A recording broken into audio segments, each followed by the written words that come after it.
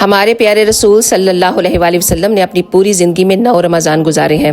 ہجرت کے دوسرے سال یعنی 2 ہجری میں روزے فرض کیے گئے، پھر آپ نے 9 سال اپنی زندگی میں روزے رکھے، پھر 11 ہجری ماہ ربیع الاول میں آپ اس دنیا سے پردہ فرما گئے، اور آپ رمضان میں عام دنوں سے زیادہ عبادت کیا کرتے تھے۔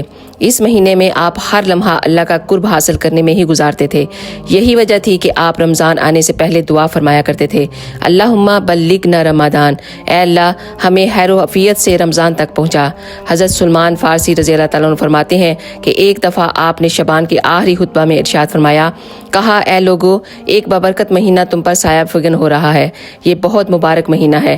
اس مہینے میں ایک ایسی رات ہے جو 1000 مہینوں سے بھی بہتر ہے۔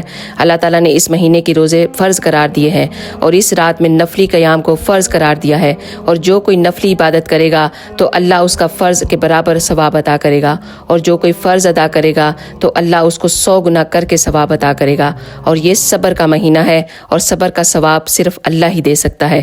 سبحان اللہ۔ اگر آپ کو یہ ویڈیو اچھی لگے تو پلیز ایک دفعہ شیئر کر کے ضرور جائیے گا۔ جزاک اللہ خیر۔